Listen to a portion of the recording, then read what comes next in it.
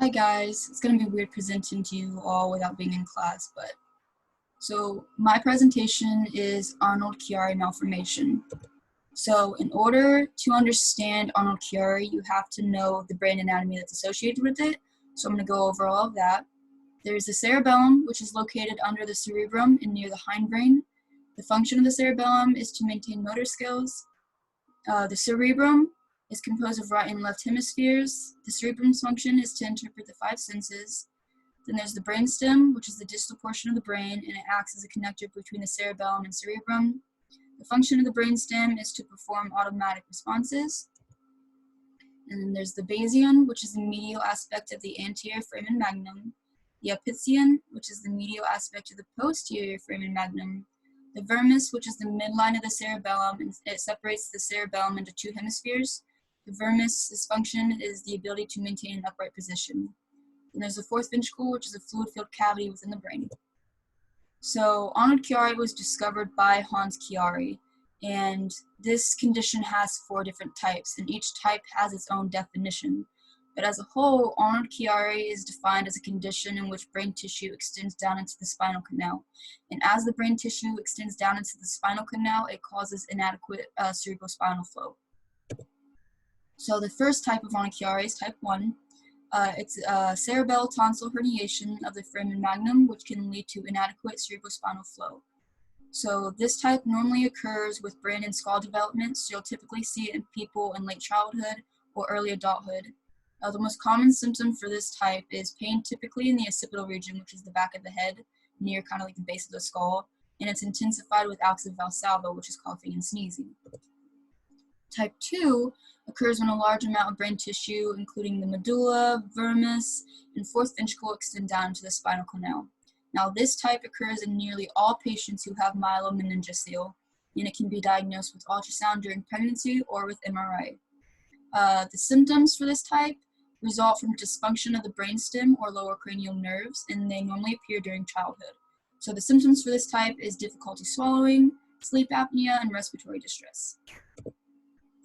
Arnold-Chiari type 3 is when a portion of the cerebellum or brainstem herniates through an abnormal opening of the skull. This type is considered to be rare and severe.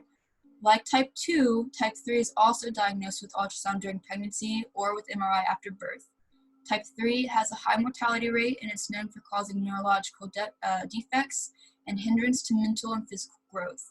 So symptoms for this type will appear during infancy, and the symptoms are similar to type 2, but type 3 has worse outcomes.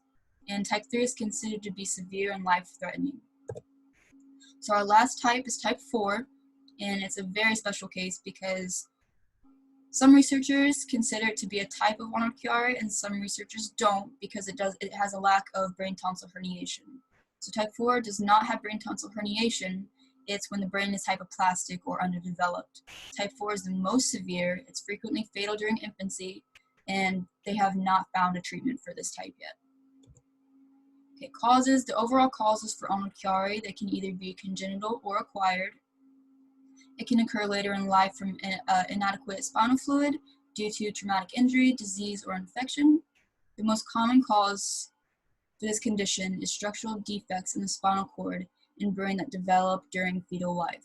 So the structural defects can be caused by genetic mutations, maternal diets that lack basic nutritional requirements. And then symptoms, I know I went over the symptoms for each individual type, but the symptoms of Arnold-Chiari as a whole are neck pain, headaches, balance problems, dizziness, and hearing problems. So Arnold-Chiari is most accurately diagnosed with imaging. So the imaging modalities most commonly used to diagnose this are MRIs and CTs, and ultrasound can also be diagnosed, but it's not as common as these two.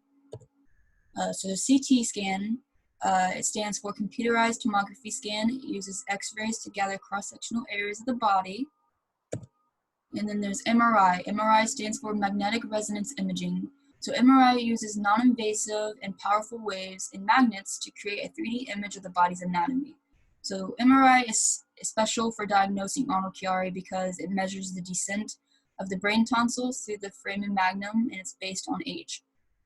So the normal criteria for tonsillar herniation to the foramen magnum is 6 millimeters in children from 0 to 10 years old, 5 millimeters in 10 to 29-year-olds, 4 millimeters in 20 to 79-year-olds, and then 3 millimeters in patients greater than 80 years old. So anything that exceeds these measurements based on the ages is considered abnormal. So if I have a child that's from 0 to 10 years old and it measures greater than 6 millimeters, it's abnormal. And another example, because it can be quite confusing, if I have somebody that's between the ages of 10 and 29 years old and they measure greater than 5 millimeters, then it's considered abnormal. So we can also use ultrasound to diagnose Arnold-Chiari. This imaging modality can allow us to see Arnold-Chiari types 2 and type 3 during pregnancy, and a fetus with Arnold-Chiari will have these clinical findings. So they'll have a banana-shaped appearance of the cerebellum, which is seen right here, or they'll have a lemon-shaped appearance of the skull, which is seen in this image right here. So treatment for Arnold-Chiari can be used for, medication and surgical treatment can be used to treat Arnold-Chiari. So treatment is based on certain standards, such as the severity and the symptoms of the condition. So if a patient is asymptomatic, no treatment is required. If a patient has mild symptoms, then medication will be given, but they will also do follow-ups to make sure that the symptoms do not worsen. And then 3 things must be present for surgical treatment to occur. They either have to have neurological deficits, syringomyelia, or severe unmanageable symptoms. So surgical treatment, the most common surgery for this condition is decompression of the posterior fossa, which includes a C1 laminectomy and or suboccipital craniectomy. So surgical treatment will vary from each surgeon depending on how far they want to go within the surgery. So for example, 5 to 10% of surgeons stop after the removal of the C1, 45% open the dura and perform duroplasty, leaving the subarachnoid intact. The other 45% open the arachnoid and lyse the arachnoidal adhesions and often shrink the cerebellar tonsils.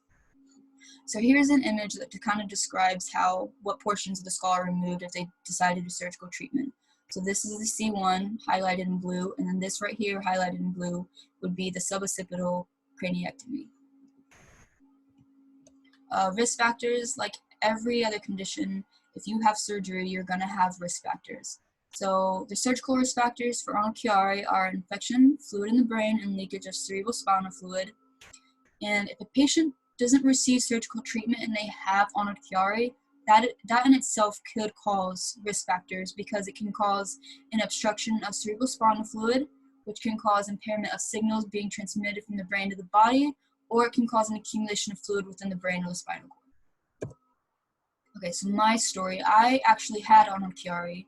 I was diagnosed with type 2 when I was 11 years old. My symptoms initially were just headaches and vision problems. I would just randomly get white spots, I call them fireflies, and they just move around. And then later my symptoms ended up progressing. I had migraines daily, I had syncope, and I still had those vision problems. And since my symptoms started worsening, I had the decompressing surgery when I was 15 years old. So my decompressing surgery consisted of removal of the C1, I had the suboccipital craniectomy, and then they shrunk my brain tonsils. And overall that surgery took about 8 hours. And I no longer have symptoms, it worked, and I'm fine now. These are just some pictures from after my surgery of me and my dad. And then I don't actually have a picture of my scar, but these are what they look like. So here's a picture of it, and then here's one. And when they do the surgery, they shave the back of your head. That way your hair doesn't get in the incision or anything when they're doing the surgery. And then here's my sources. All right, thanks guys. Good luck.